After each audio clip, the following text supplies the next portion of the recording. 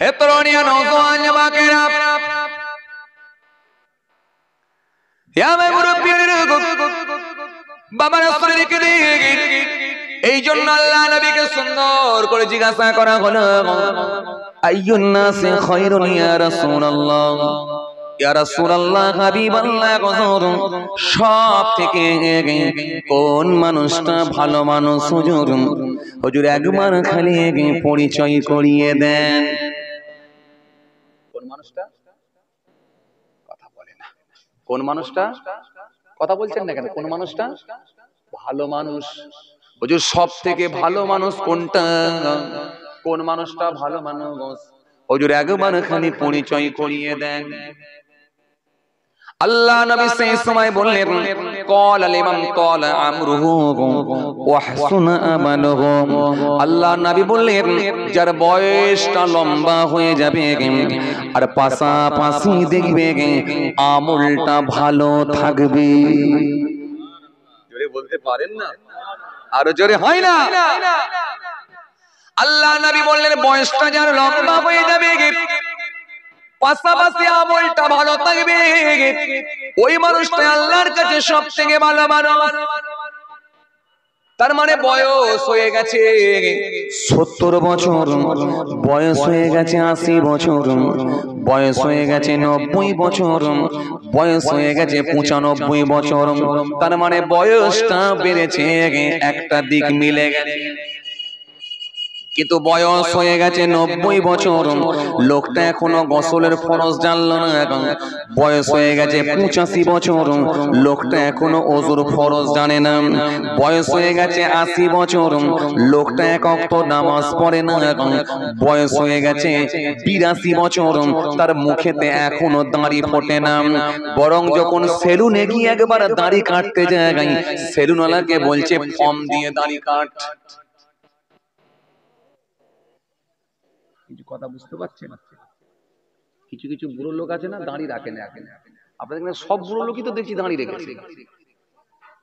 এটা দেখছি সব মুরব্বিদেরই মুখে দাঁড়ি, খালি মনে একটা নেই না, ওই যে ওই চাচাটা বেরিয়েছে। সব মুরব্বিদের মুখে দাঁড়ি দেখছি, খালি একটা দেখতে পাচ্ছি না। ওই একটা দেখতে পাইনি, আর এইখানে একটা বসে আছে, এই চাচাটারও দাঁড়ি দেখতে পেলাম না। ইনশাআল্লাহ হয়ে যাবে। জলসা এসে বসছি যখন, লাইনে তো আছে, ইনশাআল্লাহ হয়ে যাবে। আল্লাহর মর্জি থাকলে ইনশাআল্লাহ হবে। দিলে আরো ভয় ঢুকতে হবে, ইনশাআল্লাহ হবে। হবে ইনশাআল্লাহ হবে। খুব খেয়াল করেন বাবাজি। তাহলে আপনাদেরকে আমি কি বলছিলাম? নবী সুন্দর করে বললেন, বয়সটা যার বেশি সাথে আমলটাও ভালো। শুধু বয়স বেড়ে গেল কিন্তু আমল না, ওই মানুষটা আল্লাহর কাছে কখনো প্রিয় হতে পারে না। নামাজ নাই, রোজা নাই, দিন নাই, শরীয়ত নাই, ইসলাম নাই, ধর্ম নাই, নামাজ নাই, দাড়ি নাই, তাসবিহ নাই, ওযু নাই, গোসল ফরজ জানা নাই, তার মধ্যে কিছুই নাই, ওই মানুষটা কিন্তু আল্লাহর কাছে প্রিয় হতে পারবে না। বরং নবী বললেন, বয়সটা বেশি আর পাশাপাশি আমলটাও ভালো। জোরে হবে না? বয়স হয়ে গেল 90 বছর, কিন্তু তার ভিতরে মুখে দাঁড়িয়ে আছে, তার মধ্যে নামাজ আছে, তার মধ্যে দ্বীন আছে, তার মধ্যে শরীয়ত আছে, তার মধ্যে সুন্নাত আছে, তার মধ্যে সুন্নতে মুআক্কাদা আছে, তার ভেতরে সুন্নতে গায়র মুআক্কাদা আছে, তার ভেতরে ওয়াজিব আছে, তার ভেতরে ফরজ আছে, তার ভেতরে সুন্নত আছে, তার ভেতরে মুস্তাহাব আছে। ভালো কাজগুলো একটা একটা করে যতটা পেরেছে করে চলেছে। নবী বললেন, এই মানুষটাই আল্লাহর কাছে সবথেকে ভালো, কারণ লম্বা বয়সও পেয়েছে আর আমলও ভালো ছিল।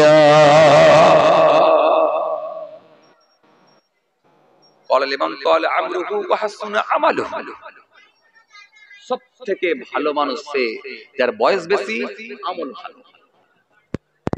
নবীকে ফের জিজ্ঞাসা করা হলো,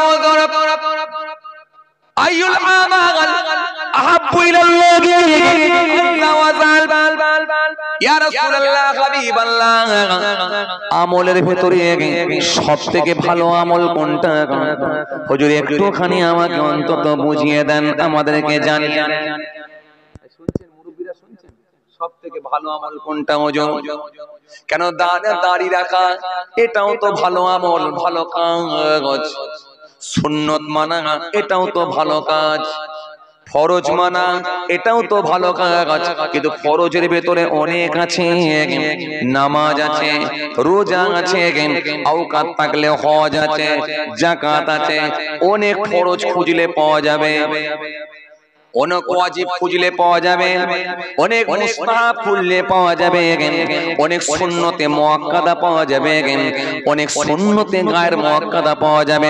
কিন্তু হুজুর বেয়াদবি নেবেন না, আমলের ভেতরে সবথেকে ভালো আমল কোনটা সেটা অন্তত একটুখানি পরিচয় করিয়ে দেন, সেটা অন্তত একটুখানি বলে দেন। আল্লাহ নবী সেই সময়তে বললেন, ইয়া মাসাবির রাসূলকে ওয়া মাসাবির জিরিকিনা, সবথেকে ভালো আমল সেটাই হলো সবথেকে ভালো আমল।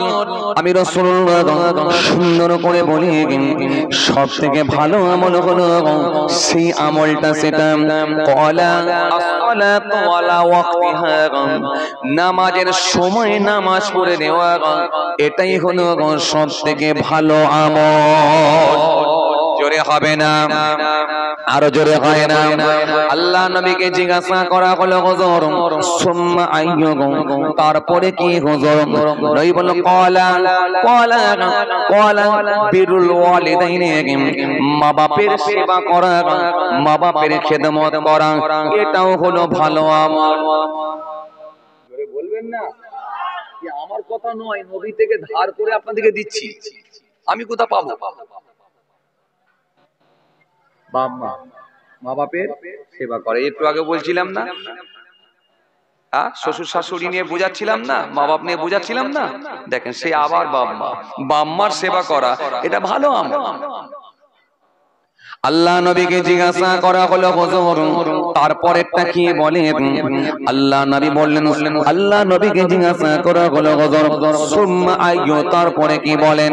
আল্লাহ নবী ক্বালা আল জিহাদু ফি সাবিলিল্লাহ, আল্লাহর জন্য নিজের জীবনকে উৎসর্গ করে দেওয়া, আল্লাহর জন্য নিজের জীবনকে বিসর্জন দেওয়া, এটা হলো ভালো আমল। জানটা কার জন্য? কথা বলে না, কার জন্য? আল্লাহর জন্য। জান দেবে কার জন্য? নবীর জন্য। জান দেবে কার জন্য? ইসলামের জন্য। জান দেবে কার জন্য? শরীয়তের জন্য। জান দেবে কার জন্য? দ্বীনের জন্য। এটা ভালো আমল। কিন্তু আমরা এখন জান দিচ্ছি কার জন্য? ভাঙরের লোক বলতে পারছে না কার জন্য জান দিচ্ছি। কার জন্য জান দিচ্ছি? আমার দলের জন্য। জান দিচ্ছি কার জন্য? আমার নেতার জন্য। জান দিচ্ছি কার জন্য? আমার নেত্রীর জন্য। জান দিচ্ছি কার জন্য? আমার দাদার জন্য। জান দিচ্ছি কার জন্য? আমার দিদির জন্য।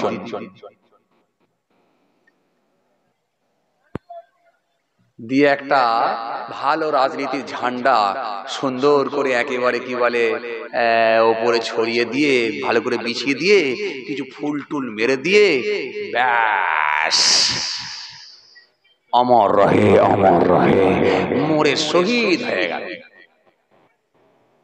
লোকে বলছে শহীদ হয়ে গেল, জানে না কবরে ঢোকার অপেক্ষা, ফাটা বাঁশ দিয়ে এমন পেটাবে শহীদ,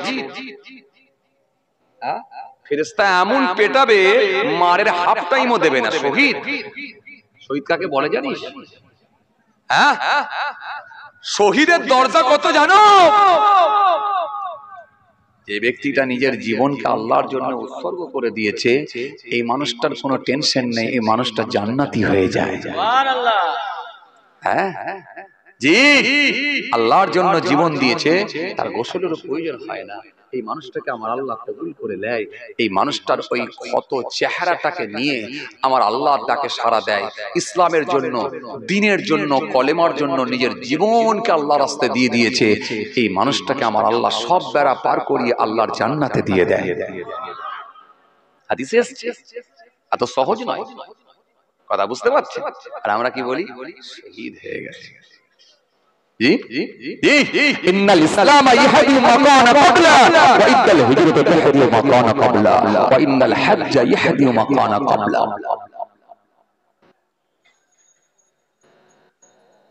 তাহলে এক নম্বরে কি ছিল? ভালো মানুষের প্রথম লক্ষণ কি থাকবে? ভুলে গেলে কিন্তু আপনাদের সামনে আমার বকা বেকার হয়ে যাবে যদি ভুলে যান। ভালো মানুষের প্রথম লক্ষণ কি মিলবে? একদম ঠিক। ক্বালা আস-সালাতু ওয়ালা ওয়াক্তিহা, নামাজের সময় ওরা নামাজ পড়ে, যে কোনো ভাবে ছটপট করবে নামাজ পড়ার জন্য, টাইম হবে ছটপট করবে, মন চাইবে কোথায় নামাজটা পড়ব, কোথায় নামাজটা পড়ব, ছটপট সে গাড়িতে হোক, বাড়িতে হোক, হাটেতে হোক, ঘাটেতে হোক, মাঠেতে হোক, মার্কেটে হোক, যেখানে থাকবে সেখানে নামাজ পড়বে। মসজিদ যদি পায় আলহামদুলিল্লাহ, আলহামদুলিল্লাহ। জি, এই তো আমি আসার সময় রাস্তায় দাঁড় করিয়ে গাড়িতে নামাজ পড়ে এলাম, পাশাপাশি কোনো মসজিদও পেলাম না, কি করব? উপায় নেই, পড়তে হবে না। এত সহজ। সিজদাটা দিতে হবে, এই সিজদাটা দেওয়া মানে আল্লাহ দেখতে চাই তুই আমাকে কতটা স্মরণ করলি, মনে রেখেছিস। এই মনে রাখার ব্যাপার, আমাকে মনে রেখেছিস কিনা এটা দেখ। ওটা পৃথিবীর লোক যদি নামাজ না পড়ে আল্লাহর কোনো ক্ষতি? কথা বলে না, আল্লাহর কোনো ক্ষতি? সারা পৃথিবীর লোক যদি নামাজ না পড়ে আল্লাহর কোনো ক্ষতি হবে না। সারা পৃথিবীর লোক যদি রোজা না রাখে আল্লাহর কোনো ক্ষতি? কথা বলেন, একটু ভালো করে ঘাটটা লাড়ান, ক্ষতি নাই। সারা পৃথিবীর লোক যদি ধর্ম না মানে আল্লাহর কোনো ক্ষতি? সারা পৃথিবীর লোক যদি নবীর সুন্নত না মানে আল্লাহর কোনো ক্ষতি? নবীর কোনো ক্ষতি না। কিন্তু আল্লাহ দেখতে চায়, মা খলাকতুল জিন্না ওয়াল ইনসা ইল্লা লিয়াবুদুন, আমি মনুষ্য জাতি জিনজাতিকে তো বেকার বানাই না, আমার উপাসনা করার জন্যই তো বানিয়েছি, কতটা আমাকে স্মরণে রেখেছিল এটা দেখতে চাই। এই মাগরিবের টাইম হলো, আপনি একটু স্মরণ করে নিলেন আল্লাহকে, কথা কিছু বুঝতে পারছেন? এই এশার টাইম হয়ে গেল, একটু আল্লাহকে স্মরণ করে নিলেন। ফজরে ঘুম থেকে একেবারে ভোরবেলা উঠি ফজরের নামাজ পড়ে নিলেন, একটু আল্লাহকে স্মরণ করে নিলেন। দিনের বেলা আবার কাজকর্ম করলেন, দুপুর বেলা একটা সিস্টেমেটিক সব কাজ যেমন করছি তার ভেতরে একটা টাইম বের করে 10টা মিনিট টাইম বার করে একটু আল্লাহকে স্মরণ করে নিলেন জোহরের নামাজ। আল্লাহ বলে, বান্দা আমাকে মনে রেখেছি, আমাকে স্মরণটা করছি। দেখেন নামাজ হচ্ছে কি হয় না এর গ্যারান্টি, এর নিশ্চয়তা কিন্তু আমাদের কাছে নাই। খুব ভালো করে বুঝবেন, কিন্তু আপনি কিন্তু গ্যারান্টি দিতে পারছেন না যে আপনার নামাজ হচ্ছে, গ্যারান্টি নেই। খুব ভালো করে বুঝবেন, আপনার নামাজ কবুল হচ্ছে এই গ্যারান্টি কিন্তু কারোর কাছে নেই। আছে? কথা আছে? এই গ্যারান্টি আছে কারোর কাছে? আপনি বলতে পারবেন যে আমি নামাজ পড়েছি জান্নাতে যাব? গ্যারান্টি? গ্যারান্টি নেই। কবুল হচ্ছে কি হয় না এর নিশ্চয়তা নেই, এই গ্যারান্টি কিন্তু কেউ দিতে পারবো না। তবে হ্যাঁ এটা বলতে পারি, আমার মালিককে আমরা স্মরণ করেছি। জোরে বলবেন না? কেন?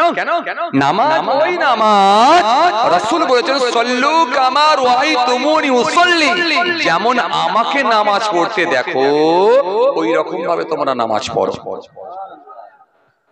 কেমন নামাজ?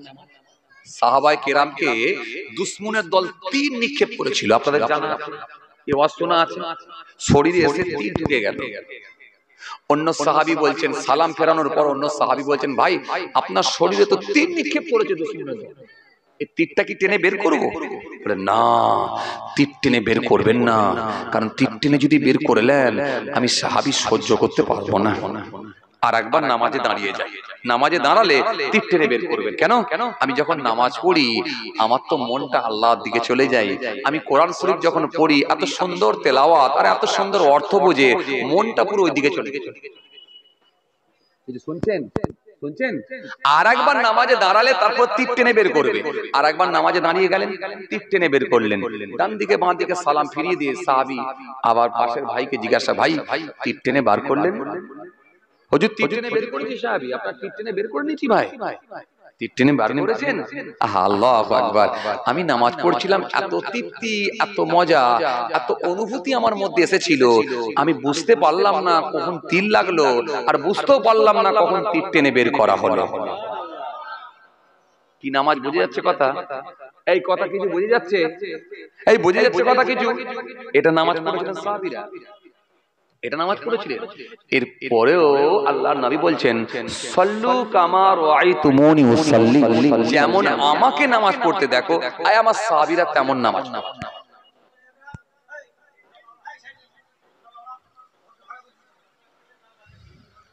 কিছু বুঝতেন বাপ? এই তোমরা এরকম করো না বাপ, মানুষকে বুঝতে দাও, এরকম করো না। খেয়াল করেন, খেয়াল করেন, বুঝতে পারছেন? এরপর রাসূলুল্লাহ কি বললেন? যেমন আমাকে নামাজ পড়তে দেখো তেমন নামাজ পড়ো। তাহলে তীর লাগছে সাহাবী বুঝতে পারে না, তীর টেনে বের করা হচ্ছে সাহাবী বুঝতে পারে না, এরপরও নবী বলছেন যেমন আমাকে নামাজ পড়তে দেখো তেমন নামাজ পড়ো। আর আপনি গ্যারান্টি দিতে পারবেন মাগরিবের নামাজ পড়লে আপনার মন আল্লাহর দিকে থাকে না কারবারের দিকে থাকে? মন এদিক ওদিক দৌড়ায় কি দৌড়ায়? কথা বলে না তো, মন এদিক ওদিক দৌড়ায় না? দৌড়ায় না? দৌড়ায় না? জোহরের নামাজ পড়তে গেছেন ঠিকই, মসজিদে দাঁড়িয়েছেন, মন এদিক ওদিক দৌড়ায় না? দৌড়ায় না? দৌড়ায়। এশার নামাজ পড়তে গেছেন ঠিকই, কিন্তু মন এদিক ওদিক দৌড়াচ্ছে কি দৌড়ায় না? কখনো ব্যবসার দিকে মন যাচ্ছে, কখনো ছেলেটা হায়দ্রাবাদে আছে, কি খাচ্ছে কি জানি, ওই দিকে মন যাচ্ছে, কথা বলে না। কখনো মাগরিবের সময় নামাজ পড়ছি ঠিকই, ছোট ছেলেটাকে চায়ের দোকানে বসিয়ে রেখেছি, এখন ফ্লাক্স থেকে চা নিয়ে সবাইকে কাস্টমারকে খরিদ্দারকে দিতে পারবে নাকি না নিজের পায়ে ফেলে দেবে, মন ওইদিকে চলে যাচ্ছে। তাড়াতাড়ি করে কোন রকমে মাগরিবের নামাজ 3 2 5 করে দিয়ে ছুট ছুট ছুট ছুট চায়ের দোকানে। কথা বলছেন না কেন? এরপরে আপনি আবার গর্ব করে বলছেন আমি নামাজ পড়ি জান্নাতে যাবো নি, মানে খুব ভালো করে বুঝবেন, আমি এটা কিছু বুঝাতে চাইছি। তাহলে তীর লাগছে বুঝতে পারে না, এরপরও বলছে সাহাবী যেমন আমাকে নামাজ পড়তে দেখো সাহাবীরা সেরকম নামাজ পড়ো। নবী কেমন নামাজ পড়েছেন? আম্মা আয়েশা সিদ্দিকা বলছেন আল্লাহ রাসূল সাল্লাল্লাহু আলাইহি ওয়াসাল্লাম এমন নামাজ পড়তেন, এত নামাজ পড়তেন, হুজুরের পা মোবারক গুলো ফুলে গিয়ে ফেটে গিয়ে রক্ত বার হতো। আল্লাহু আকবার। 2 রাকাত নামাজ পড়তেন, কিতাবের মধ্যে পাওয়া যায় কম বেশি এমনও দিন গেছে রাসূলুল্লাহ 6 পারা কোরআন শরীফ তেলাওয়াত করেছেন। 6 পারা, 1 পারা মানে কতক্ষণ লাগে জানেন? খুব ভালো মুকাম্মেল হাফেজ যদি হয় 1 পারা কোরআন শরীফ পড়তে গেলে অন্তত কিছু কম বেশি প্রায় 40 মিনিট থেকে 1 ঘন্টা লাগে। খুব ভালো হাফেজ সাহেব বলে 40 মিনিট লাগবে। কেন? পড়া মজহুল মারুফের ব্যাপার আছে, শুদ্ধ অশুদ্ধর ব্যাপার আছে, গ্রামাটিক্যালের ব্যাপার আছে, জাবার জের পেশের ব্যাপার আছে, মাখরিজের ব্যাপার আছে, শুদ্ধ করে পড়ার ব্যাপার আছে। এই শুদ্ধ করে পড়ে যদি কোরআন শরীফ তেলাওয়াত করতে হয় 1 পারা পড়তে সময় লাগবে কম বেশি প্রায় 45 মিনিট থেকে 1 ঘন্টা টাইম লাগে। তাহলে 6 পারা কোরআন শরীফ 6 পারা কোরআন শরীফ তেলাওয়াত করে রাসূলুল্লাহ নামাজ পড়ছেন 2 রাকাতে। 1 পারা এই 3 পারা 1 রাকাতে। কতক্ষণ সময় লাগছে বুঝতে পারছেন? কম বেশি যদি ধরা হয় প্রায় ধরেন 2.5 থেকে 3 ঘন্টা। এবার রাসূলুল্লাহর জন্য খাস স্পেশাল সেটা আমি বলতে পারবো না, আল্লাহু আলাম, আল্লাহই ভালো জানে। আমি দুনিয়ার একটা হিসাব করে বলছি 2.5 থেকে 3 ঘন্টা 1 রাকাতে। এরপর আপনি কি করে বলবেন আসরের নামাজ পড়তে যাচ্ছি গেলাম আর এলাম?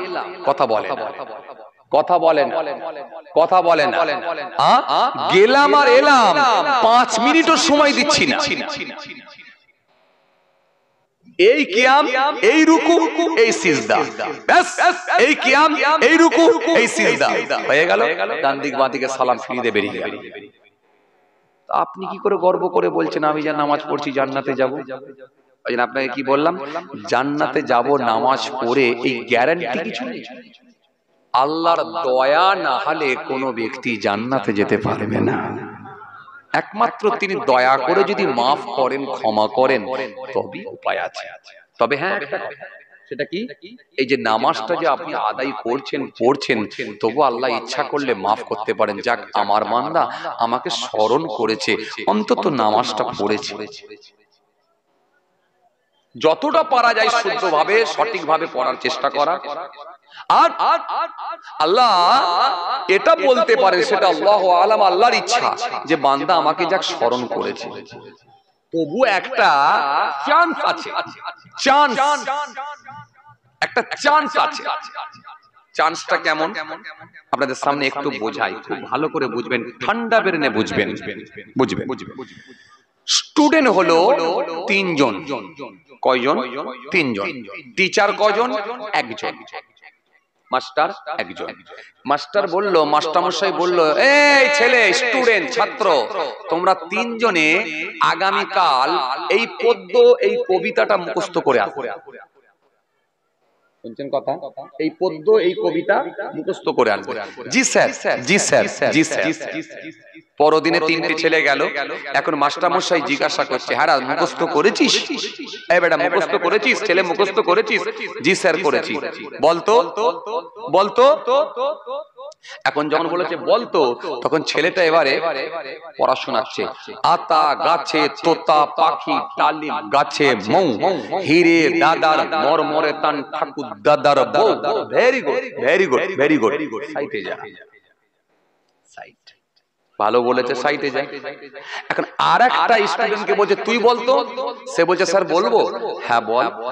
আতা গাছে তোতা, বেয়াদব পড়ে না, তোতা বলে রয়ে গেল। আরে পাখিটা কে বলবে? তোতা পাখি। হ্যাঁ স্যার, হ্যাঁ স্যার, তোতা পাখি ডালিম গাছে। বেয়াদব একদম পড়ে না। হাতে চাবুক ছিল, সাপাক করে এক চাবুক মেরে, ডালিম গাছে মৌ। হ্যাঁ স্যার, ডালিম গাছে মৌ, হিরে দাদার। বেয়াদব কিচ্ছু করে না। হিরে দাদার মরমরে থান। হ্যাঁ স্যার, হিরে দাদার মরমরে থান, ঠাকুর দাদার বউ। বেয়াদব কিচ্ছু করে না। দু চাবুক সাপাক করে দিয়ে সাইডে যা, সাইড। তাহলে আগেরটাও সাইড, পরেরটাও মার খেয়ে সাইড। আর একটা ছেলেকে বলছে, এই তুই বলতে এবার। এখন সে ছেলেটা বলছে, স্যার আমার হয়নি স্যার, স্যার আমি পারিনি স্যার। এখন আপনারা বলেন তো, এই তিনটে ছেলের ভেতরে সব থেকে বেশি মার কে খাবে? সবাই মিলে বলেন না রে বাবা। বলবো তো, তবে তো আমি ভাববো যে হ্যাঁ কিছু দিতে পারছেন, বুঝতে পারছেন আপনারা। কে মার খাবে বেশি? যে একদম বলতে পারেনি, তাই তো? তাহলে মাঝেরটা মার খেয়ে ছেড়ে দিয়েছে কেন? অল্প হয়েছে, আবার আটকেওছে, মার খেয়ে ছেড়েছে। আর প্রথমেরটা তো মার খাওয়ার কোনো গল্পই নাই, বেরিয়ে গেছে। আর শেষেরটা বলছে আমার হয়নি, ও বেশি মার খাবে। কথা বুঝতে পারছেন? বুঝতে পারছেন? এখন বড় পীর আব্দুল কাদের জিলানী রহমাতুল্লাহ আলাইহি এমন নামাজ পড়েছেন, বেরিয়ে গেছে। ইবাদত এমন ছিল, বেরিয়ে গেছে। খাজা গরিবে নওয়াজ এমন ইবাদত ছিল, বেরিয়ে গেছে। ওয়াইসকুরুনি হুজুর এমন ইবাদত, এমন নামাজ ছিল, বেরিয়ে গেছে। মুজাদ্দিদ আল ফেসানি হুজুর এমন নামাজ ছিল, এমন জিকির ছিল, এমন তাসবিহ ছিল, বেরিয়ে গেছে। ফুরফুরা শরীফ পীর আবু বকর সিদ্দিক রাহমাতুল্লাহ আলাইহি দাদা হুজুর কেবলার এমন ইবাদত ছিল, বেরিয়ে গেছে। বসিরাট আল্লামা রুহুল আমিন রাহমাতুল্লাহ আলাইহি এমন ইবাদত ছিল, নামাজ ছিল, বেরিয়ে গেছে। ফুরফুরা শরীফ আবু বকর হুজুর বেরিয়ে গেছে। পাঁচ হুজুর কেবলা বেরিয়ে গেছেন। পৃথিবীর জমিনে যত আল্লাহর ওলি সব বেরিয়ে গেছেন। ওয়াইসকুরুনি হুজুর তিনি বেরিয়ে গেছেন। যে ওয়াইসকুরুনি সম্পর্কে আমার নবী বলেছিলেন, ওয়াইসকুরুনি খায়রুত তাবিন, তাবিঈনদের মধ্যে যদি কেউ উত্তম থাকে, সেটা আমি রাসূলুল্লাহ বলছি, ওয়াইসকুরুনিকে আল্লাহ করে দিয়েছে। বেরিয়ে গেছে কেন? নামাজ হয়েছে বলি তো আল্লাহর ওলি হয়েছে। আরে কথা বলছেন না কেন? ইবাদত কবুল হয়েছে বলি তো আল্লাহর ওলি হয়েছে। আরে বাবা, ইবাদত কবুল হয়েছে বলি তো আগুনের ইশারা দিয়ে পাথর ঝুলেছে। খাজা গরিবে নওয়াজ কথা বলছেন না কেন? ইবাদত কবুল হয়েছে বলি তো গোবরডাঙ্গা সেজে বাবু গুলি করে মারতে পারেনি। কথা বলে না, বলে না, বলে না। ইবাদত কবুল হয়েছে বলি তো বড় পীর আব্দুল কাদের জিলানী খানাকে হাড্ডি জমা করে আবার মুরগিকে উড়িয়ে দিয়েছে। কথা বলে না। ইবাদত কবুল হয়েছে বলে তো নামাজ কবুল হয়েছে, ইবাদত কবুল হয়েছে। ভালো স্টুডেন্ট, সাইটে যাও, সাইটে যাও, সাইটে যাও, সাইটে যাও, সাইটে যাও, সাইটে যাও। এরপরে বড় হলো কারা? কেন রুকু বুঝি না, কিয়াম বুঝি না, সিজদা বুঝি না, ডান দিকে সালাম কোন দিকে ফেরাতে হয়, কোন দিকে তাকাতে হয় বুঝি না, কেরাতটা যে শুদ্ধভাবে পড়তে হয় তাও বুঝি না, নামাজের ফরজ বুঝি না, নামাজের ওয়াজিব বুঝি না, নামাজ ভঙ্গের কারণ বুঝি না, নামাজের মাকরু বুঝি না, নামাজের কিছুই বুঝি না। কিন্তু আল্লাহকে স্মরণটা করার জন্য তবু যতটা পেরেছি চেষ্টা করে, যতটা পেরেছি অন্তত ঠিক করে পড়ার চেষ্টা করেছি, তবু আল্লাহকে রাজি করার জন্য আল্লাহু আকবার বলে নামাজটা আদায় করেছি। এখন আল্লাহ ইচ্ছা করলে মারধর দিয়েও তো ছেড়ে দিতে পারে। কথা বলছেন না কেন? আবার যদি বলে যে না ধরবো, ধরতেও পারে, সেটা আল্লাহর মার্শিয়াত, আল্লাহর ইচ্ছা, তিনার ইচ্ছার উপরে ডিপেন্ড করছে, এটা কারো কিছু করার নাই। তাহলে মারধর দিয়েও ছেড়ে দিতে পারে যে বান্দা আমাকে স্মরণ করেছিস, সাইটে যা, মারধর দিয়েও সাইড করতে পারে, কিংবা শাস্তি দিতে পারে যে তুই ভালো করে শিখিসনি কেন, হতে পারে, সেটা আল্লাহর মার্শিয়াত, আল্লাহর ইচ্ছা। কিন্তু বাকি যারা এখন কোনো নামাজের সঙ্গে কোনো সম্পর্কই নেই, কোনো টাচেতেই নেই, সেই কবে শবে বরাত আসবে তবে মসজিদে ঢুকবে, আর কবে ঈদের নামাজ আসবে তবে যাবে ঈদুল ফিতরের নামাজ। এখনো বলেন তো এই লোকটা মার বেশি খাবে না কম খাবে? কথা বলে না। আর এত পিটবে তখন মার কিন্তু ফাঁকে পড়বে না, সব পিঠে পড়বে। বুঝতে পারছেন? এই জন্য আপনাদেরকে আমি কি বলেছিলাম, একটা ওয়াজ প্রথমে করতে করতে চলে এসেছিলাম, সব থেকে ভালো মানুষ নবী বলেন ক্বালা আস-সালাতু ওয়ালা ওয়াক্তিহা, নামাজের সময় নামাজ পড়ে নেওয়া, এই ব্যক্তিগুলো হলো সব থেকে ভালো মানুষ। জোরে বলবেন না? এই জন্য সবাই নামাজ পড়ান। ও যুবকেরা আপনারাও নামাজ পড়ুন। নামাজ পড়লে কি হয়? মানুষ নরম হয়ে যায়। নামাজ পড়লে কি হয়? মানুষের গেটআপটা চেঞ্জ হয়ে যায়। নামাজ পড়লে তার মধ্যে উদারতা এসে যায়। নামাজ পড়লে তার মধ্যে আন্তরিকতা তৈরি হয়। নামাজ পড়লে তার মধ্যে মার্জিত ভাষায় কথা হয়। নামাজ পড়লে তার বড় ছোট মানামানি তৈরি হয়ে যায়।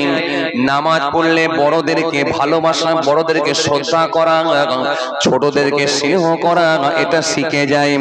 নামাজ পড়লে তার মধ্যে শিষ্টাচার তৈরি হয়, যদি তার ভেতরে নামাজ থাকে। কেন নামাজি পারে একমাত্র সমস্ত অন্যায় কাজ থেকে দূরে রাখতে। কোরআন শরীফের মধ্যে আল্লাহ সুন্দর করে বললেন ইন্নাস সালাতা তানহা আনিল ফাহশাই ওয়াল মুনকার, নিশ্চয় নামাজ সমস্ত রকমের অশ্লীলতা, নিশ্চয় নামাজ সমস্ত রকমের খারাপ কাজ থেকে মানুষকে দূরে রাখবে। আপনি যদি নামাজটা আদায় করেন, নিশ্চিতভাবে আপনি আল্লাহর সঙ্গে ট্রানজাকশন, কানেকশন, সম্পর্ক তৈরি করে নিতে পারবে। আজ আপনি খবর নিয়ে দেখেন হিংসা বাড়ছে কেন? নামাজ নেই। নামাজ হিংসা বাড়ছে কেন? নামাজ নেই। উগ্রতা বাড়ছে কেন? নামাজ নেই। অহমিকা বাড়ছে কেন? নামাজ নেই। প্রতারণা বাড়ছে কেন? নামাজ নেই। মিথ্যা বাড়ছে কেন? নামাজ নেই। সুদ বাড়ছে কেন? নামাজ নেই। ঘুষ বাড়ছে কেন? নামাজ নেই। একটা পাড়া সমীক্ষা করে দেখেন, আপনার পাড়াটা সমীক্ষা করে দেখেন, 100টা ঘরের ভেতরে এখন 80টা বাড়িতে বন্ধন ঢুকে গেছে। কথা বলছেন না কেন? 80টা বাড়িতে বন্ধন ঢুকে গেছে, 85টা বাড়িতে এখন মহিলা সমিতি হচ্ছে। খবর নিয়ে দেখেন নামাজ নেই। নামাজ নেই। এই নামাজ থাকলে তার মধ্যে আন্তরিকতা এসে যাবে। নামাজ থাকলে সে বিনয়ী হবে। নামাজ থাকলে মার্জিত ভাষায় কথা বলবে। নামাজ থাকলে তার মন পরিষ্কার হবে। নামাজ থাকলে তার মধ্যে উদারতা তৈরি হবে। নামাজ থাকলে তার ভঙ্গিমা, তার লেবাস পোশাক, তার ফেস পুরো চেঞ্জ হয়ে যাবে যদি তার ভেতরে নামাজ থাকে। কি কথা ঠিক কিনা ভুল বলেন? জি, আপনি মহল্লার ইমাম সাহেবকে বলেন তো, ইমাম সাহেব এই রাত 12টা বাজছে, কেউ নাই, এই পাশে একটা পুকুর আছে, প্রচুর মাছ আছে আমি জানি, ইমাম সাহেব একটু জাল ফেলে তুলেলেন তো। আপনি মাছ তুলবেন আর পরদিন কাশীপুর বাজারে গিয়ে বিক্রি করে দেওয়ার দায়িত্ব আমার। যা টাকা হবে দুজনে 50-50। আমি আপনাকে গ্যারান্টি দিলাম কোনো ইমাম সাহেব পারবে না। কেন? সে বলবে আজ 10 বছর 15 বছর আমি ইমামতি করছি, আমি নামাজ পড়াচ্ছি জামাতের সঙ্গে, আমি আল্লাহকে সিজদা দিচ্ছি, সুতরাং কেউ দেখতে না পেলেও কিন্তু আমার আল্লাহকে লুকাতে পারবো না। ইন্নাল্লাহ কানা সামিয়াম বাসীরা, নিশ্চয় আমার আল্লাহ সমস্ত কিছু শোনেন এবং দেখেন। আল্লাহকে লুকানোর কোনো জায়গা নাই। কেন? ও নামাজ পড়েছিল বলি ওর বুকের ভেতরে আল্লাহর ভয় ঢুকেছিল। কথা কিছু বুঝতে পারছেন? কথা কিছু বুঝতে পারছেন? চতুর্থ হিজরির প্রথমের দিকে বাগদাদের জমিনে বিখ্যাত একজন বাদশা ছিল, যার নাম হলো খলিফা মানসুর। মানসুরের নাম কি আপনারা শুনেছেন? খলিফা মানসুরের নাম আপনারা শুনেছেন?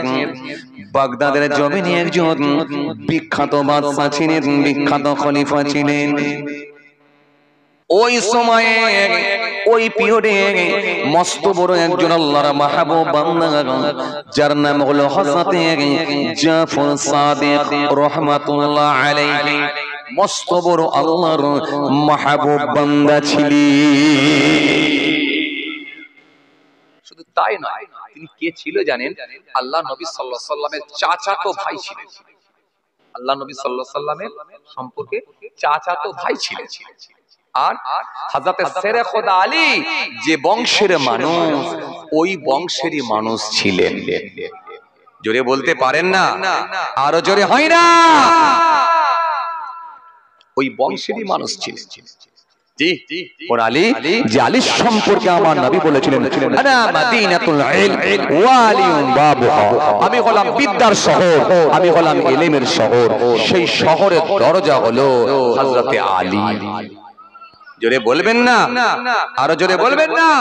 হযরতে আলীকে আমার আল্লাহ এমন পাওয়ার দিয়েছিলেন, যখন চোখ দুটো বন্ধ করতেন, চোখ দুটো বন্ধ করলে একবার অন্তঃচক্ষুটা খুলে দিলে আল্লাহর সাতটা আসমান পর্যন্ত হযরতে আলী হুজুর দেখতে পেতেন। জোরে বলবেন না? জি।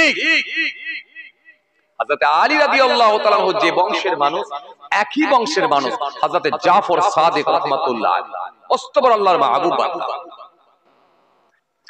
হযরতে জাফর সাদিক রাহমাতুল্লাহ আলাইহি এত বড় আল্লাহর মাহবুব বান্দা, এত বড় আল্লাহর খাস বান্দা, এত বড় আল্লাহর মাহবুব বান্দা, আমার আল্লাহ হুজুরের উপর খুশি হয়ে গেলেন।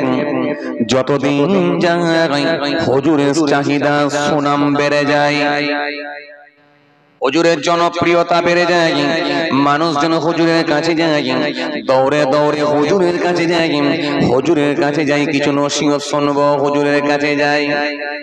মানুষজন হুজুরের হাত দিয়ে বায়াত হয়ে যায়, মুরিদ হয়ে যায়, খাদেম হয়ে যায়, শিষ্য হয়ে যায়। হুজুরের কাছে মানুষ দিন দিন ভিড় বেড়ে গেল, হুজুরের চাহিদা আস্তে আস্তে বেড়ে গেল। যত দিন যাচ্ছে হুজুরের চাহিদা তত বাড়ছে। খলিফা মানসুর এটা সহ্য করতে পারল না, খলিফা মানসুরের রাগ হয়ে গেল, খলিফা মানসুরের গুসসা হয়ে গেল, রাগ হয়ে গেল, রেগে গেল। খলিফা মানসুর বলে, এই মস্ত বড় আল্লাহর মাহবুব বান্দা হযরতে জাফর সাদিকের জন্য আমার চাহিদা কমে যাচ্ছে, মানুষজন আমার কাছে আসছে না, লোকে আমাকে কেউ মানছে না, আমার জনপ্রিয়তা কমে যাচ্ছে এই জাফর সাদিকের জন্য। খলিফা মানসুর রাগান্বিত হলো, রেগে গেল, রেগে গিয়ে সিদ্ধান্ত নিল জাফর সাদিককে হত্যা করে দেব, কতল করে দেব, হত্যা করে দেব। কেন? কেন? এই বাদশা রেগে গেল কেন? বাদশার ভেতরে ছিল হিংসা। হিংসা কেন? এই হিংসা এত বেশি তার ভেতরে ছিল, জাফর সাদিকের চাহিদাটা সে মেনে নিতে পারল না। বাগদাদের জন্য কথা কিছু বুঝতে পারছেন? জি, খলিফা মানসুর বাদশাহ হুজুরের চাহিদাটা মেনে নিতে পারলো না। হুজুর যত দিন যাচ্ছে পপুলার হয়ে উঠেছে, মানুষজনের কাছে একেবারে জনপ্রিয় হয়ে উঠেছে, মানুষজন তার কাছে ছুটে ছুটে যাচ্ছে, হুজুরের জনপ্রিয়তা দিন দিন বেড়ে যাচ্ছে, লোক সংখ্যা বেড়ে যাচ্ছে, হুজুরের ভক্ত মুরিদ শিষ্য বেড়ে যাচ্ছে। এটা খলিফা মানসুর সহ্য করতে পারলো না, কারণ তার ভেতরে ছিল হিংসা। হিংসাই মানুষকে শেষ করে দেয়। কথা ঠিক কিনা ভুল বলে? আরে কথা বলছেন না কেন? হিংসা মানুষকে শেষ করে দেয় না? শেষ করে দেয়। হিংসা মানুষকে শেষ করে দেয়। এই যে সোশ্যাল মিডিয়ায় আপনারা দেখছেন না, এক বক্তা আর এক বক্তায় কাদা ছোড়াছুড়ি চলছে, এক হুজুরে আর এক হুজুরে কাদা ছোড়াছুড়ি চলছে, এক বক্তায় আর এক বক্তায় কাদা ছোড়াছুড়ি চলছে, এক পীরজাদায় আর এক পীরজাদায় কাদা ছোড়াছুড়ি চলছে। এই যে চলছে না, কথা বল, চলছে না? এর পিছনে একটাই কারণ, অত্যাধিক লোভ আর হিংসা। লোভ, হিংসা, অহংকার, এইগুলো যদি মানুষকে একবার ঢুকে যায়, এখান থেকে বেরোনো কিন্তু খুব কঠিন, আর হবে না, শেষ। পূর্বে আপনি ফিরে যান, রাজা বাদশাদের সব আপনার কি বলে তাদের জীবনীগুলো পড়ে দেখুন, হিস্ট্রি পড়ে দেখুন, সব ধ্বংস হয়ে গেছে, শেষ হয়ে গেছে। হিংসা, লোভ, অহমিকা, ওকে মেরে দিতে পারলে পুরোটা আমার হয়ে যাবে। কথা বলে, কথা বলে, এই ভিতরে ঢুকে গেল মানে ব্যাস শেষ। কথা কিছু বুঝতে পারছেন? এখন খলিফা মানসুর হুজুরকে হত্যা করার সিদ্ধান্ত নিল, হত্যা করে ফেলল, কতল করে ফেলল। কেন? বাদশার ভেতরে ছিল হিংসা। হিংসা, এজন্য কোরআন শরীফের মধ্যে আল্লাহ রাব্বুল আলামিন বলেছেন, ওয়ামিন শাররি হাসিদিন ইযা হাসাদ। নবী বলে দাও, আমি হিংসুকদের হিংসা থেকে পানাহ চাই।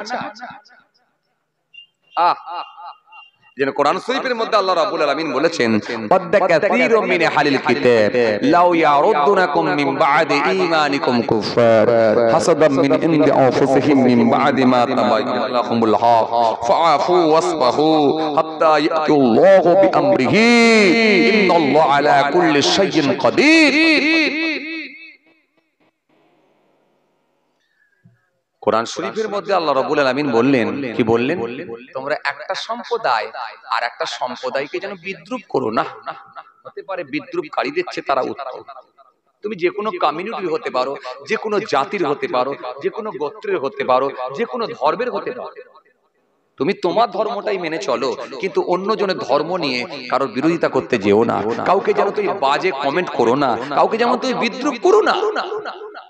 হতে পারে বিদ্রুপকারীদের থেকেই তারা উত্তম, বিদ্রুপকারীদের থেকে সে উত্তম, যারা বিদ্রুপ করছে তার থেকে তারা উত্তম। যাদেরকে নিয়ে বলছো যে আপনার এইটা ক্ষমতা নাই, আপনি ইসলাম ধর্মের মানুষ হলে অন্য ধর্মকে নিয়ে আপনি বাজে কমেন্ট করতে পারবেন না। আপনি অন্য ধর্মের মানুষ হলেও আপনি ইসলাম ধর্মকে বাজে কমেন্ট করতে পারবেন না। এই নির্দেশ আল্লাহ দিয়েছেন, তোমরা একটা সম্প্রদায় আর একটা সম্প্রদায়কে যেন বাজে কমেন্ট করো না, বিদ্রুপ করো না। আর কি বললেন? তোমরা এক মহিলা আর এক মহিলাকে যেন বিদ্রুপ করো না, ঠাট্টা করো না, তাকে নিয়ে উপহাস করো না, তাকে নিয়ে পরিহাস করো না। কথা বলে, কথা বলে। গ্রামে একটা বৌমা এসেছে, নতুন বিয়ে হয়েছে, এই কয়েকদিন হলো বিয়ে হয়েছে। এলাকার একটা দাদিমা দেখতে গেছে, দেখতে গিয়ে এমন চিল্লাতে চিল্লাতে এসছে, বৌমাটার স্বামী ভালো, বৌমা খারাপ হয় না, চোখগুলো যেন বড্ড বড় বড়। কথা বলেন না, একটা দাদিমা চিল্লাতে চিল্লাতে আসছে, চোখগুলো যেন বড্ড বড় বড়। এই বিদ্রুপ করলো, তাকে নিয়ে উপহাস করলো, পরিহাস করলো, তাকে নিয়ে মজা করলো। এই মজাগুলো আমরা মাঝে মাঝে করি না? পাড়ার একটা কালো ছেলেকে দেখতে পেলে, একটু রংটা হয়তো কালো, কি রে কেলা, কোথায় যাবি রে কেলো, বলি না? কথা বলছেন না কেন? বলি না? এগুলো আমরা বলি না। পরিহাস করো না, উপহাস করো না। ওয়াজের মাহফিল, শিক্ষার মাহফিল, সব আল্লাহ কোরআনের মধ্যে দিয়েছে। কি দেয়নি আল্লাহ? কি দেয়নি আল্লাহ? সব তো কোরআনের মধ্যে দিয়েছে। তাকে নিয়ে পরিহাস করো না, তাকে নিয়ে উপহাস করো না, তাকে নিয়ে টোল করো না, তাকে নিয়ে বিদ্রুপ করো না, তাকে নিয়ে ঠাট্টা করো না, ঠাট্টা করো না। আর কি? তোমরা এক মহিলা আর এক মহিলাকে বিদ্রুপ করো না। হতে পারে বিদ্রুপকারীদের চেয়ে সে উত্তম, আর কি তোমরা এক মানুষ আর এক মানুষকে যেন মন্দ নামে ডেকো না, মন্দ নামে খারাপ নামে ডেকো না। মাঝে মাঝে দেখবেন কিছু ছেলে পুলে আছে একটা দেখবেন মন্দ নাম খারাপ নাম তৈরি করে দিই আমরা, দিই না? কারোর মাথায় হয়তো চুল নেই, তাকে টেকো বলে চালিয়ে দিলাম। আরে কথা বলছেন না কেন? হ্যাঁ, লোকটা হয়তো একটু মোটা পাড়া, তাকে পটল বলে চালিয়ে দিলাম। আরে কথা বলছেন না কেন? না কিছু বলেন, পটল বলে চালিয়ে দিলাম। কিরে পটল? এই পটল দু একজন বলতে বলতে বলতে বলতে এখন পটল নামই পরিচিত। আমাদেরকে ডায়েরিতে লেখাই তো, খাতায় খাতায় লেখায়, খাতায় যখন লেখায় বলে হুজুর ভালো নামটা লিখেলেন, শেখ অমুক বলে ভালো নামটা লিখিয়ে দিল। আর ব্যাকেটে বলছে হুজুর আমার একটা ছোট ব্যাকেটে এই নাম আছে, এটা লিখে রাখেন, সবাই এই নামই চেনে। এই জন্য দেখবেন মানুষের তো দুটো করে নাম, আসল নামটা ভালো নামটা হয়তো খাতা কলমে আছে, আর বাকি সেই উপনামে এমন তার একটা খারাপ নাম মার্কেটে চালু হয়ে গেছে, সেই নামটাই এখন দেখেন ছড়িয়ে গেছে। কথা ঠিক কিনা ভুল বলে? পটল বলে ডাকে, টেকো বলে ডাকে না, টেকো বলে পটল বলে এই বলে চালিয়ে দিলেন। কাউকে কেলো বলে চালিয়ে দিলেন, কালো রং বলে কেলো বলে চালিয়ে দিলেন। কেউ একটু গ্যারা বলে তাকে নাটা বলে গ্যারা বলে চালিয়ে দিলেন। এগুলো আল্লাহ বলছে মন্দ নামে কাউকে ডেকো না, তার একটা সুন্দর নাম আছে, সেই সুন্দর নামটা ধরে তোমরা ডাকো। কিছু কথা বুঝতে পারছো? এরপর আল্লাহ কি বললেন? ঈমান আনার পরে মন্দ নামটা কতই খারাপ।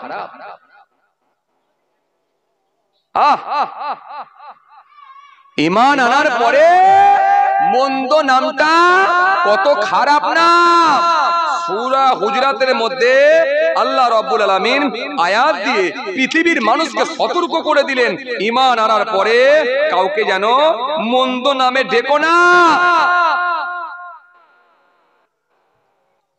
মন্দ নামে ডেকো না। কেন? নিশ্চয় আমার আল্লাহ সমস্ত কিছু শোনেন, সমস্ত কিছু দেখেন। জোরে বলবেন না জি? আর আল্লাহ কোরআনের মধ্যে এই আয়াতে কি বললেন? ওয়াদ কাসীরুম মিন আহলিল কিতাব লাউ ইয়ারুদুনাকুম মিন বাদি ঈমানিকুম কুফার হাসাদাম মিন ইনদি আনফুসিহিম মিন বাদি মা তাবায়্যানা লাহুমুল হক ফাআফু ওয়াসফাহু হাত্তা ইয়াতিল্লাহু বিআমরিহি ইন্নাল্লাহা আলা কুল্লি শাইইন কাদির। আহলে কিতাবদের অনেকই চায় ঈমান আনার পর তোমাদেরকে কুফরি অবস্থায় ফিরিয়ে নিতে। ঈমান আনার পর তোমাদেরকে কুফরি অবস্থায় ফিরিয়ে নিতে চায় তারা, কিন্তু সত্য স্পষ্ট হয়েছে, কথা বলে না, সত্য পরিষ্কার হয়ে গেছে। হারাম আর হালালকে পৃথক করে দেওয়া হয়েছে, পাক আর নাপাককে পৃথক করে দেওয়া হয়েছে, সত্য আর মিথ্যাকে পৃথক করে দেওয়া হয়েছে। এই সত্য স্পষ্ট হয়ে যাবার কারণে তারা তোমাদের সঙ্গে হিংসাবশত এই রূপ আচরণ। আজকে যে মাদ্রাসা ভেঙে দেওয়া হচ্ছে, মসজিদ ভেঙে দেওয়া হচ্ছে, জ্যান্ত মানুষগুলোকে ধরে ধরে ধরে ধরে মবলিঞ্চিং করে পিটিয়ে পিটিয়ে পিটিয়ে পিটিয়ে মেরে ফেলা হচ্ছে, সব ক্ষমতার অপব্যবহার চলছে, ক্ষমতার অপব্যবহার চলছে। রাজ ক্ষমতা আছে বলে যা ইচ্ছা তাই হচ্ছে। যে আল্লাহ বললেন সত্য স্পষ্ট হয়ে যাওয়ার কারণে হিংসাবশত এরূপ আচরণ করে। সুতরাং আমি আল্লাহ বলছি তোমরা তাদেরকে ক্ষমা করো যতক্ষণ না আল্লাহর নির্দেশ হয়, আর তোমরা এড়িয়ে চলো, এড়িয়ে চলো, তাদের থেকে দূরে থাকো। তাহলে আমাদের কাজ হলো দূরে থাকা, ডিবেটে যাওয়া নয়। ভাইরা আমার, বন্ধুরা আমার, সাথী মহব্বতের ভাইরা, কেন আপনি এমন আদর্শ দেখাবেন আপনার আদর্শতে মুগ্ধ হয়ে তারা একদিন বলবে ভুল করেছি, ভুল ভুল করেছি। ইহুদি রাসূলুল্লাহর বাড়িতে এলেন। কে? ইহুদি। ইহুদি আল্লাহর নবীর বাড়িতে এসেছে। রাতের বেলা কুকুরে কাবো কোথায় যাব, তো হুজুরের বাড়িতে, হুজুর আজকে আমি একটু থাকবো, রাতের বেলা যাবার কোনো জায়গা নেই। আল্লাহ নবী বলেন তুমি আমার বাড়িতে থাকো, থাকো আমার বাড়িতে। বাড়িতে থাকলেন। বাড়িতে থাকার পর রাতের বেলা দেখা গেল বিছানায় পেচ্ছাপ করে দিল, পায়খানা করে দিল, গোটা বিছানায় নাপাক করে দিল, পায়খানা করে দিল। পায়খানা করে দিয়েছে। দিয়ে রাতের বেলা একেবারে যখন আস্তে আস্তে ভোর হচ্ছে, ভোরের আগেই হাওয়া চলে গেল, চলে গেল। ইহুদি চলে গেছে। নবী মুহাম্মদ রাসূলুল্লাহ সাল্লাল্লাহু আলাইহি সাল্লাম ফজরের নামাজের পরে দেখছেন বিছানায় পায়খানা করে দিয়েছে। কি করে? আল্লাহ নবী ওই বিছানাকে নিয়ে গিয়ে নিজে হাতে করে ধৌত করছেন, ধুয়ে ফেলছেন। চোরে বলতে পারেন খলিফা এলেন, এসে দেখলেন রাসূলুল্লাহ নিজে হাতে করে পায়খানা ধুচ্ছে, নোংরা ধুচ্ছে। ইয়া রাসূলুল্লাহ, হাবিবাল্লাহ, হুজুর কে পায়খানা করে দিয়ে গেল? বিশ্বনবী, আখিরি নবী, নূর নবী, জিনার জন্য সব আল্লাহ করে দিয়েছেন। কোরআন স্পষ্ট ঘোষণা দিয়েছে, ইয়া আইয়ুহাল্লাযীনা আমানু ইসতাজিবু লিল্লাহি ওয়া লিরাসূল ইযা দাআকুম ইয়া আইয়ুহাল্লাযীনা আমানু লা তারফু আসওয়াতাকুম ফাওকা সাওতিন নবী মা আতাকুমুর রাসূল ফাখুযুহু ওয়া মা নাহাকুম আনহু ফান্তাহু। আখিরি নবী হাবিবুল্লাহ নিজে হাতে পায়খানা ধোবে, এটা মেনে নেওয়া যাবে? হুজুর কে পায়খানা করেছে নামটা বলেন। আমি ওমর তরওয়াল দিয়ে তার গর্দান আলাদা করে দেব। ওমর রাদিয়াল্লাহু তাআলা খুব রাগী মানুষ ছিলেন, আপনারা জানেন। কোনো কথা হবে না, কোনো কম্প্রোমাইজ চলবে না। তরওয়াল দিয়ে গর্দান আলাদা করে দেব, দুখণ্ড করে দেব, গর্দান আলাদা করে দেব, ধর আলাদা করে দেব, তাকে দিকো আমি ওমর টুকরো টুকরো করে দেব। আল্লাহ নবী সেই সময় বললেন, না না ওমর, না না, তরোয়াল দিয়ে আমি ইসলাম প্রচার করার জন্য আসি না। আমি রাসূলুল্লাহকে আমার আল্লাহ পাঠিয়েছি আদর্শ দেখানোর জন্য এসেছে। আমি রাসূলুল্লাহ আদর্শ দেখিয়েছি। আমি রাসূলুল্লাহর কাছে আদর্শ আছে, ভালোবাসা আছে, আর আমার আদর্শ দেখিয়ে আমার আল্লাহ দ্বীনের প্রচার প্রসার করতে বলেছেন। আমার আল্লাহ রাজি হলে সেই দেখবে একদিন ঈমান কবুল করে নেবে। সকালবেলা সেই মানুষটা দূর থেকে দেখলেন যে নবী মুহাম্মদ রাসূলুল্লাহ সাল্লাল্লাহু আলাইহি ওয়াসাল্লাম নিজে হাতে পায়খানা ধুয়েছে। লোকটি যখন জানতে পারলাম, ওই মানুষটা দেরি না করে আল্লাহ নবী রাসূলুল্লাহর হাতে হাত দিয়ে কালেমা পড়ে ঈমান কবুল করে নিল। এই জন্য রাসূলুল্লাহ এইভাবে দ্বীন প্রচার করেছেন, এইভাবে ইসলামের প্রচার করেছেন। রাসূলুল্লাহ এইভাবে দ্বীনকে মানুষের কাছে পৌঁছে দিয়েছেন। তরোয়াল দিয়ে নয়, লাঠি দিয়ে নয়, বন্দুক দিয়ে নয়, নবী রাসূল মুহাম্মদ রাসূলুল্লাহ মানুষের কাছে ইসলাম পৌঁছে দিয়েছেন।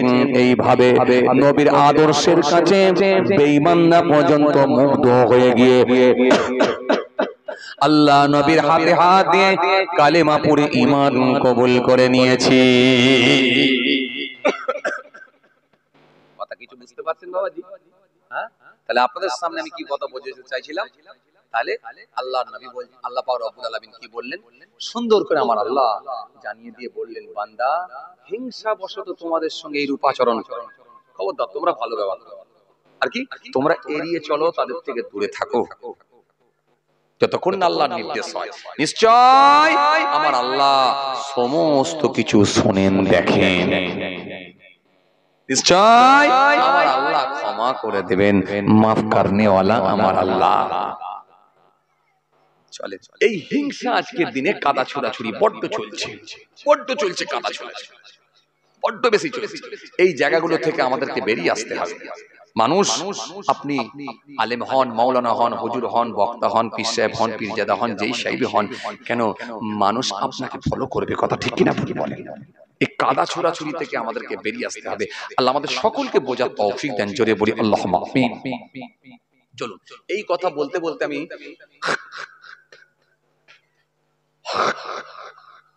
একটা সিরিপচি দেওয়া দরকার সব কমিটিকে। কেন বলুন তো? এই পোকা মাঝে মাঝে উড়ে এসে মুখে ঢুকে যায়। আসেন, খেয়াল করেন বাপ, খেয়াল করেন।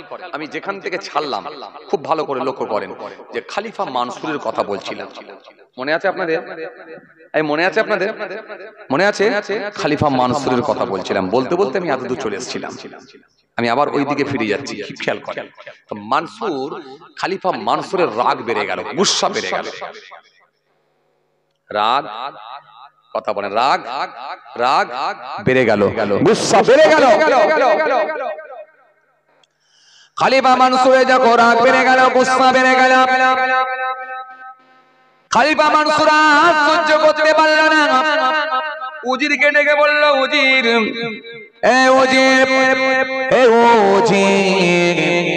দেরি করো না, দেরি করো না, যাও জাফর সাদেককে ধরে নিয়ে এসো।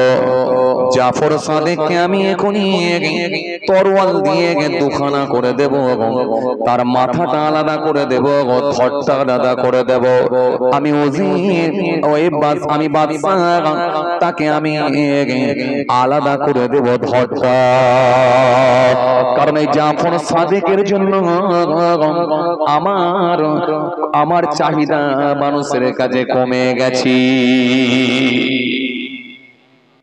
জাফর সাদেকের জন্য আমার চাহিদা কমে গেছে, তার জনপ্রিয়তা বেড়ে যাচ্ছে, সে পপুলার হয়ে যাচ্ছে, মানুষজনের কাছে সে এখন ফেমাস হয়ে গেছে, লোকে তার কাছে গিয়ে ভিড় করছে, আমার কাছে আসছে না। রাগ হয়ে গেল কার? বাদশাহ। উজিরকে যখন এই কথাটা বলল, উজির যাও তিনাকে ধরে নিয়ে এসো। উজির সেই সময় বলেছিল, হে বাদশাহ শুনে রেখে নেন, জাফর সাদিক একজন ধার্মিক মানুষ, জাফর সাদিক একজন আল্লাহওয়ালা ব্যক্তি, ইমানদার মানুষ। জাফর সাদিককে আপনি মারবেন না, জাফর সাদিককে আপনি খুন করবেন না। কেন? জাফর সাদিক তো কোনো অন্যায় করে না, জাফর সাদিক আল্লাহর হয়ে গেছে বলে মানুষ তার কাছে গিয়ে ভিড় জমিয়েছে, এতে তো জাফর সাদেকের কোনো অপরাধ নাই, অন্যায় নাই। আপনি জাফর সাদেককে কেন মারবেন? সে কি অন্যায় করেছে? সে তো একজন ভালো মানুষ, নিরীহ মানুষ, একজন আল্লাহওয়ালা মানুষ, একজন ধার্মিক মানুষ, একজন খোদাবিরু মানুষ। আপনি তাকে মারবেন কেন? তাকে হত্যা করবেন কেন? এই কথা যখন বলা হয়েছে, উজির সেই সময় বললাম, বাদশা আপনি মারবেন না। বাদশা সেই সময় বলল, উজির শোনো, ধমক দিয়ে বলল, উজির শোনো, হে উজির শোনো শোনো, আমি মারবো কি মারবো না সেটা আমি বুঝবো। তোমাকে আমি ডাকতে বলেছি, তুমি ডেকে নিয়ে এসো। তোমাকে আমি ডাকতে বলেছি, ডেকে নিয়ে এসো। মারবো কি না মারবো সেটা আমি বুঝবো, তুমি ডেকে নিয়ে এসো। উজিরকে যখন এরকম ধমক দেওয়া হয়েছে, উজির আর দেরি না করে সোজা চলে গেল হযরতে জাফর সাদিকের কাছে চলে গেলেন। হযরতে জাফর সাদিককে গিয়ে সালাম দিলেন, সালাম দিয়ে বললেন, ও আল্লাহর মাহবুব বান্দা, ও জাফর সাদিক, হুজুর দেরি করবেন না, বাদশা আপনাকে ডেকেছে, হুজুর চলুন। হুজুর আল্লাহর মাহবুব বান্দা, আল্লাহর খাস বান্দা, তাদের কোনো ভয় না, তাদের কোনো ডর না, তাদের কোনো চিন্তাও নাই। কেননা আমার আল্লাহ কোরআনের মধ্যে বলেছে, লা তাহিনু ওয়ালা তাহজানু ওয়া আনতুমুল আলাউনা ইন কুনতুম মুমিনিন। খবরদার তোমরা ঘাবড়াবে না, খবরদার তোমরা চিন্তিত হয়ো না, খবরদার তোমরা ভেঙে পড়ো না, তোমরাই বিজয়ী হবে। শর্ত হলো একটা, ইন কুনতুম মুমিনিন, যদি তোমরা মুমিন হয়ে যাও। জোরে হবে না, আরো জোরে হয় না। কেন? মুমিনকে আমি আল্লাহ নিশ্চয়ই সাহায্য করব, এটা আমার ওয়াদা আছে, নিশ্চয় আমি তাকে হেল্প করব। এই জন্য আল্লাহ কোরআনের মধ্যে বলেছেন, ইন্নামাল মুমিনুনা ইখওয়াতুন, ইন্নামাল মুমিনুনা ইখওয়াতুন ফাসলিহু বাইনা আখওয়াইকুম ওয়াত্তাকুল্লাহ লাআল্লাকুম তুরহামুন। আল্লাহ কোরআনের মধ্যে বললেন, ওই মানুষগুলো ঈমানদার, পৃথিবীর জমিনে যারা ভাই ভাই হয়ে থাকবে, আর পৃথিবীর জমিনে যখন সমস্যা হবে সমাধান করে নেবে, আমি আল্লাহ বলছি এই মানুষগুলো হলো মুমিন। ওয়াত্তাকুল্লাহ, তারা আমি আল্লাহকে ভয় করবে। আল্লাহ আল্লাকুম তুরহামুন, তাদের উপর আমার অনুগ্রহ দয়াও থাকবে। এই মানুষগুলো ঈমানদার কে? পৃথিবীর জমিনে যারা, পৃথিবীর জমিনে যারা পৃথিবীর জমিনে মিলেমিশে থাকবে, ভাই ভাই হয়ে থাকবে, আর সমস্যা হলে সেটা সমাধান করে নেবে, মিলে যাবে, মিলিয়ে নেবে। আর কি আর কি ওই মানুষগুলোর ভেতরে আমি আল্লাহর ভয় থাকবে। এদের ভেতরে কোনো নেতার ভয় নয়, এদের ভেতরে কোনো নেত্রীর ভয় নাই, এদের ভেতরে কোনো দারোগার ভয় নাই, এদের ভেতরে কোনো প্রশাসনের ভয় নাই। মুমিনের ভয় থাকবে একমাত্র আল্লাহর ভয়। আল্লাহর ভয় কেমন থাকবে? যখন কোনো অন্যায় কাজ হয়ে যাবে ভুলবশত, মুমিন থরথর করে কাঁপবে আর আল্লাহর কাছে ফিরে এসে মাফ চাইবে। এই জন্য আমার আল্লাহ কোরআনের মধ্যে বলেছেন, আমার নবী হাদিসের মধ্যে বলেছেন, সুন্দর করে আমার নবী জানিয়ে দিয়েছেন, সুন্দর করে আমার রাসূলুল্লাহ হাদিস পাকের মধ্যে বলে দিলেন। কি বললেন? আল্লাহ নবী সুন্দর করে বললেন, ক্বালা ইযা সাররাতকা হাসানাতুকা ওয়া সাআতকা সাইয়্যাতুকা ফাআনতা মুমিনুন। রাসূলুল্লাহ বলছি, সেই মানুষটাই হবে ঈমানদার, সেই মানুষটাই হলো মুমিন যখন সে কোনো অন্যায় কাজের সঙ্গে সম্পর্ক তৈরি করে ফেলবে, সঙ্গে সঙ্গে সেই মানুষটা আবার আল্লাহর কাছে ফিরে আসবে, তওবা করবে, মাফ চাইবে। আর যখন তার দ্বারাই কোনো ভালো কাজ হবে, ওই ভালো কাজটা করার সাথে সাথে সেই মানুষটা আনন্দিত হবে, তৃপ্তি পাবে, মজা পাবে। এই দুটো জিনিস যদি মেলাতে পারো, আমি রাসূলুল্লাহ বলছি, ফাআনতা মুমিনুন, অতঃপর সেই হবে একজন মুমিন, ঈমানদার। খলিফা মানসুরকে সেই সময় বলা হলো, ও খলিফা মানসুর, জাফর সাদিক একজন ভালো মানুষ, জাফর সাদিক একজন ঈমানদার, জাফর সাদিক একজন পরেজগার, তাকে আপনি মারবেন না, মারবেন না, মারবেন না। বাদশা তখন ধমক দিয়ে বলছে, মারবো কি না মারবো সেটা আমি বুঝবো, কিন্তু তোমাকে আমি ডাকতে বলেছি, তুমি ডেকে আমার কাছে হাজির করো। যখনই বাদশা এরকম রাগান্বিত হয়ে বলেছে, হযরতে জাফর সাদিক রাহমাতুল্লাহ আলাইহি নিজের বাড়ির মধ্যে আছেন, হুজরার মধ্যে আছেন, চলে গেল কে? খলিফা মানসুরের নির্দেশ মতো উজির চলে গেল, হুজুরের কাছে চলে গেল। হুজুরকে গিয়ে সালাম দিয়ে বলল, হুজুর, বাদশা আপনাকে ডেকেছে। হুজুর, আপনি চলুন, বাদশার কাছে চলো।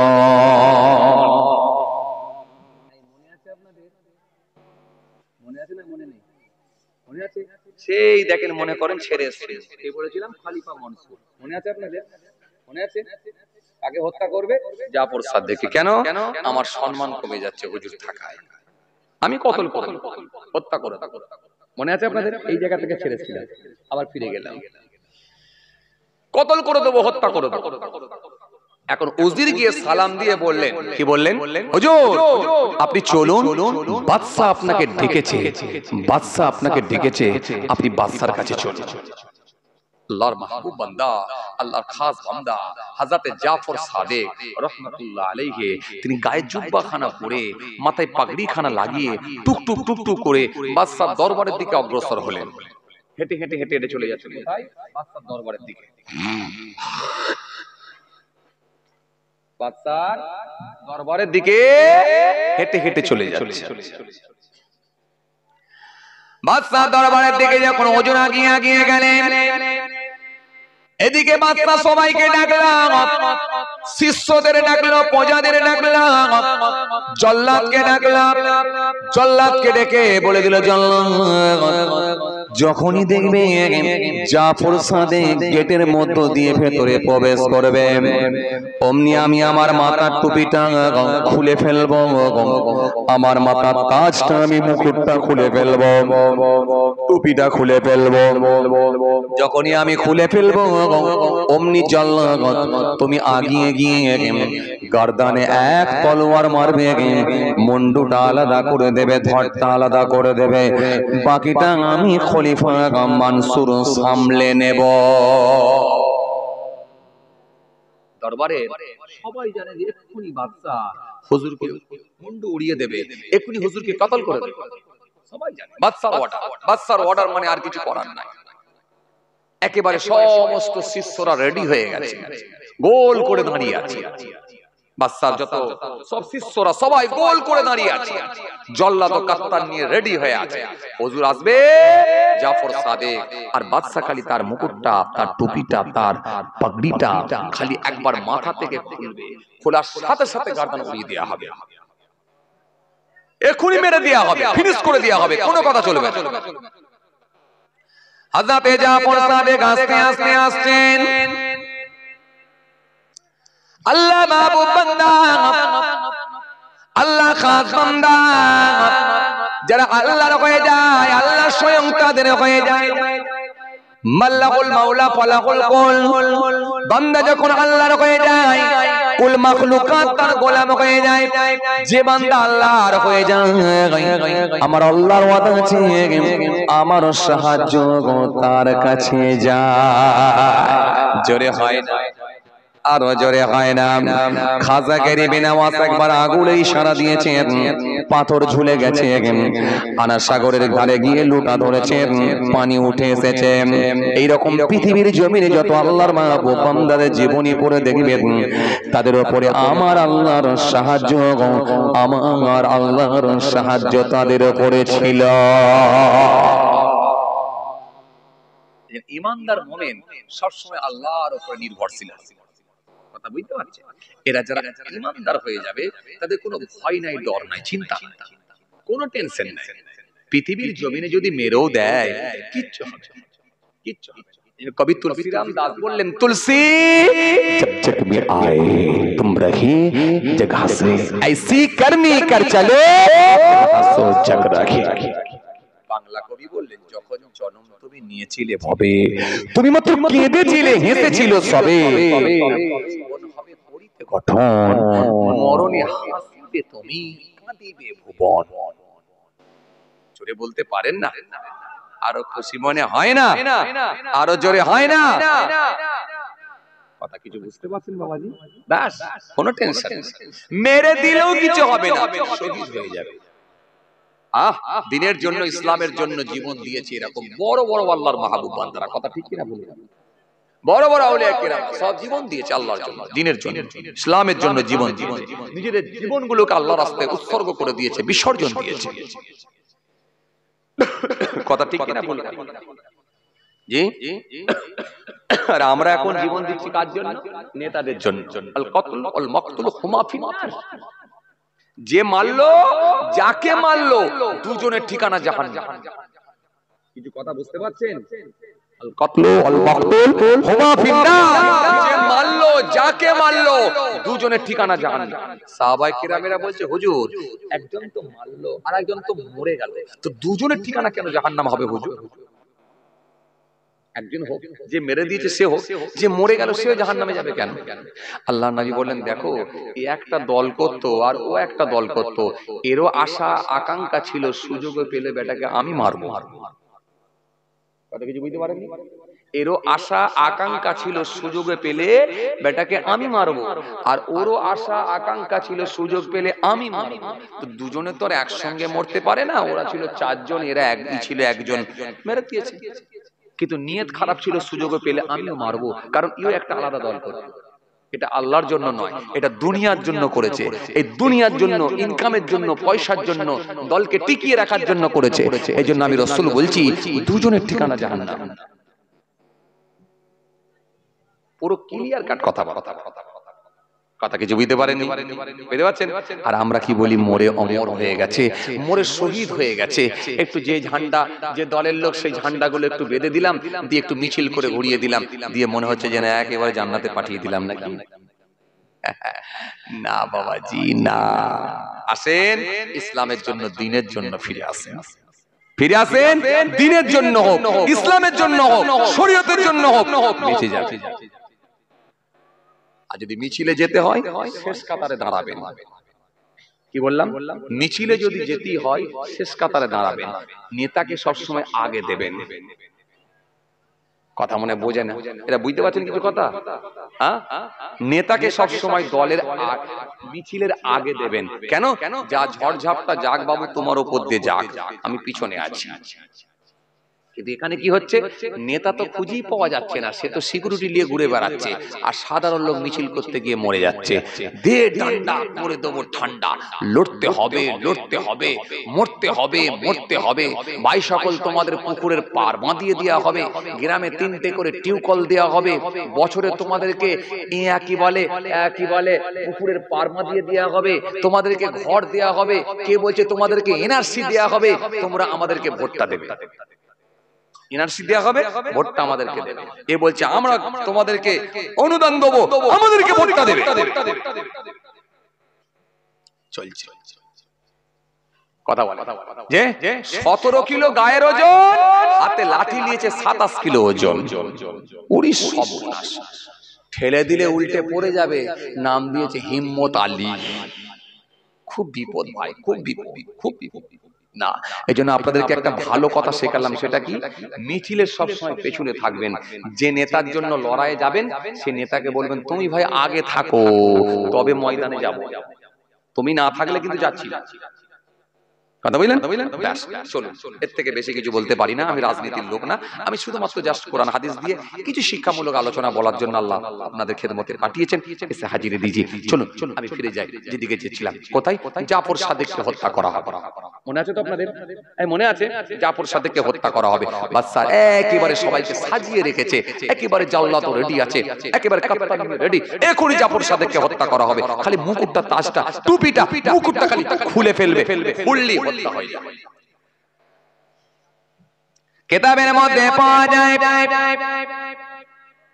এ তরুণীরা, এ যুবকেরা, আমার মুরব্বিয়ানেরা, বাবারা শুনে কেনে, কিতাবের মধ্যে পাওয়া যায় হযরত জাফর সাদিক রাহমাতুল্লাহ আলাইহি হুজুর আমার টুকটুক করে যখন এসে পৌঁছে গেলেন, উজির এসে পৌঁছে গেলেন, হুজুর যখন গেট দিয়ে ভেতরে প্রবেশ করলেন, বাদশা কালী হুজুরের নূরানি চেহারার দিকে একবার খালি তাকালেন, তাকিয়ার বাদশা থাকতে না পেরে হাঁটুটা মুড়ে নিয়ে হুজুরের পায়ে হাত দিয়ে কদম বুসি করে নিলে। জল্লাদ দাঁড়িয়ে রয়ে গেল, বাদশার শিষ্যরা সব দাঁড়িয়ে রয়ে গেল, সবাই হতভম্ব হয়ে গেল, অবাক হয়ে গেল। বলল এক ঘটনা ঘটলো, আর এক কি ব্যাপার। বাদশা সেই সময় হুজুরের কাছে পায়ে হাত দিয়ে কদম বসি করে বলে, হুজুর ও আল্লাহর মাহবুব বান্দা, ও আল্লাহর খাস বান্দা, ও হযরত জাফর সাদিক, আজকে আপনি আমার কাছ থেকে কি আশা করতে পারেন একবার বলুন। হযরত জাফর সাদিক বলেছিলেন, যারা আল্লাহর মাহবুব বান্দা হয়ে যায় তাদের দুনিয়া কোনো পথ দুনিয়ার দরকার হয় না, তাদের মধ্যে লোভ থাকে না, তাদের মধ্যে লালসা থাকে না, তাদের মধ্যে চাহিদা থাকে না, সম্পত্তি তাদের লাগে না, সম্পত্তি তাদের লাগে না, সোনা দানা গহনা তাদের লাগে না। হযরত জাফর সাদিক সেই সময় বলেছিলেন, কি বলেছিলেন, হে খলিফা মানসুর শোনো, আমি তোমার কাছে কিছুই আশা করব না, কিছুই আমার লাগবে না, তবে তোমাকে আমি একটাই কথা বলবো, আজকে যে তুমি আমার কাছে এসেছো, আজকে যে তুমি আমার কাছে তুমি যে আমাকে ডেকেছো, ডেকে আমার ইবাদত থেকে আমাকে বিমুখ করে রেখেছো, ইবাদত থেকে আমাকে বিচ্ছিন্ন করে দিয়েছো, ইবাদত থেকে আমাকে বিঘ্ন ঘটিয়েছো। এ খলিফা মানসুর, আমি তোমার কাছে এতটুকু আশা করব, জীবনে আর কোনোদিন যেন আমাকে ডেকে আমার ইবাদত থেকে যেন আমাকে বঞ্চিত করে দিও না, আমার ইবাদত থেকে যেন আমাকে বিমুখ করে দিও না, আমার জিকির থেকে, আমার তাসবিহ থেকে যেন আমাকে সরিয়ে দিও না, আমাকে যেন দূরে ঠেলে দিও না। আমি এতক্ষণ ইবাদত করতাম, জিকির করতাম, এই সময়টা তুমি আমার নষ্ট করে দিলে। আজকের পর থেকে তোমার কাছে এতটুকুই আশা রাখবো, জীবনে আর কোনোদিন যেন আমাকে ডেকো না, জীবনে আর কোনোদিন আমার ইবাদত থেকে আমাকে বঞ্চিত করে দিও না, জীবনে কোনোদিন আর আমার ইবাদতের বিঘ্ন ঘটাবে না। যখনই হুজুর এই কথাটা বলে দিয়েছে, খালি খলিফা মানসুর যখন এই কথাটা শুনেছে, খলিফা মানসুর আর সহ্য করতে পারল না, খলিফা মানসুর আর স্থির থাকতে পারল না। কিতাবের মধ্যে পাওয়া যায় খলিফা মানসুর সেই সময় হুজুরকে সসম্মানের সঙ্গে উজিরকে বলল, উজির যাও যাও যাও যাও, হুজুরকে নিজের গন্তব্যস্থলে পৌঁছে দাও, দরবারে পৌঁছে দাও। হুজুরকে যখন দরবারে নিয়ে যাওয়া হচ্ছে, হুজুর যখন নিজের দরবারের দিকে চলে যাচ্ছে, হঠাৎ করে দেখা যায় খলিফা মানসুর অমনি পড়ে গেল, পড়ে গিয়ে অজ্ঞান হয়ে গেল, বেহুশ হয়ে গেল, সেন্সলেস হয়ে গেল। একেবারে জোহরের ওয়াক্ত ছুটে গেল, আসরের ওয়াক্ত ছুটে গেল, মাগরিবের ওয়াক্ত ছুটে গেল, 3 ওয়াক্তের নামাজ চলে গেল।